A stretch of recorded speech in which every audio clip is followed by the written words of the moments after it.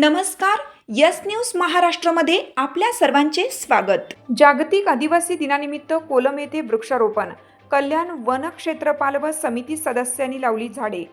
कल्याण one परिक्षेत्र अधिकारी निलेश आखाडे आणि मुख्यमंत्री समृद्ध पंचायत राज अभियान मूल्यमापन समिती महाराष्ट्र शासनचे सदस्य तथा ज्येष्ठ पत्रकार संजय कांबळे यांनी जागतिक आदिवासी दिनानिमित्त कल्याण तालुक्यातील कोलम येथे वृक्षारोपण केलं.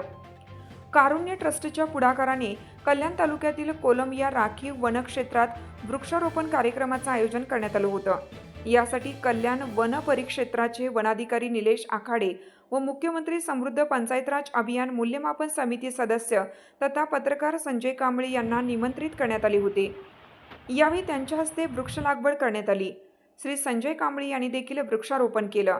यावेळी वन परिक्षेत्र अधिकारी निलेश आखाडे यांनी वृक्ष लागवड कशी करावी, रोपांची प्लास्टिक पिशवी कशी काढावी, खड्डे कसे असावे याची सविस्तर माहिती उपस्थित कारुण्य ट्रस्टच्या सदस्यांना दिली.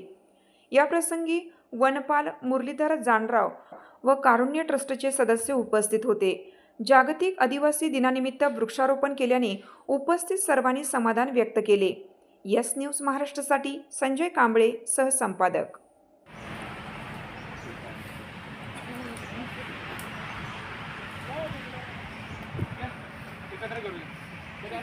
तुमची साथ आमची.